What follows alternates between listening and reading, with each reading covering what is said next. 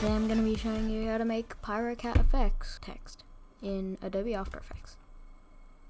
So first we're going to open up a new project or whatever project you're working on, and we're going to add a composition. We're going to call this text, whatever you want your text layer to be, whatever time you want, doesn't really matter.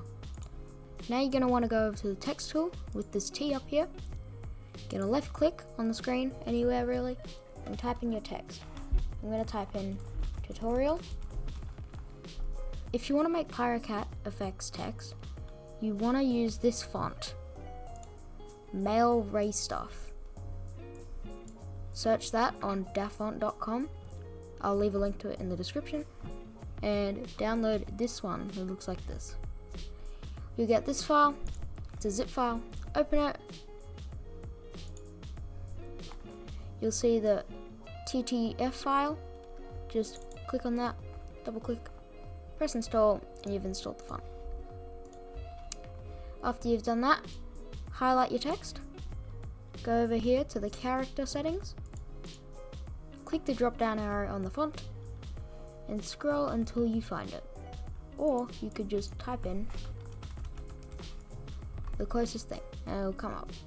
Male Ray Stuff.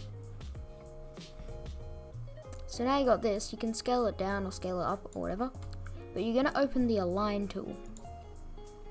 It should be up here, or if you don't have it, go into window and click align. Then it will show up somewhere on your screen, and all you want to do, click on the text layer and then go this one, which is align horizontally, and this one, which is align vertically. And then it will get centered like this. Now what we're going to do is we're going to go to effects and presets. We're going to add a gradient ramp.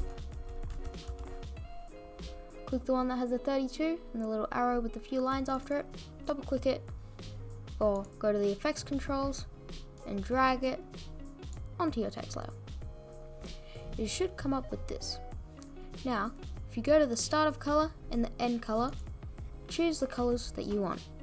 My preferred colors are purple, so I'm going to do a lighter purple, and then I'm going to do a darker one. I'm actually going to make this a bit more pink. Now what you want to do, you see these two little dots at the top and bottom? You want to drag these in until you've got the right amount that you want. If you want more of the top color, drag the bottom one further down. If you want more of the bottom color, drag the bottom one further up. I think around there looks okay, so I'm going to keep it like that.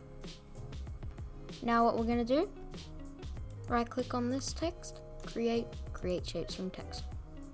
This one will be called text, then outlines.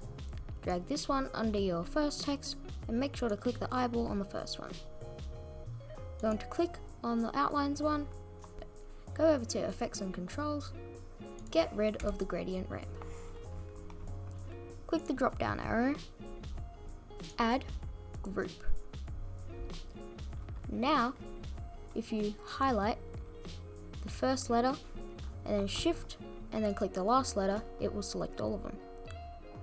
Drag these into group 1. Now, you're going to click on group 1, add stroke. Drop down on the stroke, make the stroke width 25. If you want to disable the transparency, toggle the transparency group. Otherwise, it'll be black. So now, you've got the white outline. Now, you can close the stroke, close the group, and now click on the group, Control D to duplicate it. Move group 2 under group 1, and we're going to add a repeater. Go down to repeater 1, and then open transform repeater 1. Make the position 0, and then make the scale 99.6, and the position will be 2. Now go over to repeater 1, increase the copies until you're happy with the thickness or the extrudedness of the text. I'm gonna go with about 19. And then what we're going to do is go down to anchor point and move the left until these lines on the side that diagonally come in, until they match up relatively well. About that. Now we're going to open up the stroke for group 2 and we're going to change the color to a darker grey. So then you get this effect that kind of looks like it's a shadow. It just makes it look a bit better instead of it all being white. Just a little bit grayer around that. There we go. Now what we're going to do is highlight these both, pre-compose it, and call this text warp. Now as you can tell by what we named it, we're going to go to effects and presets and type in warp. Click the warp that has the 16 right next to it. And you might see that it looks pretty weird. Now, go to arc or the warp style, change it to arc lower. We're going to change the bend into the negatives until you're happy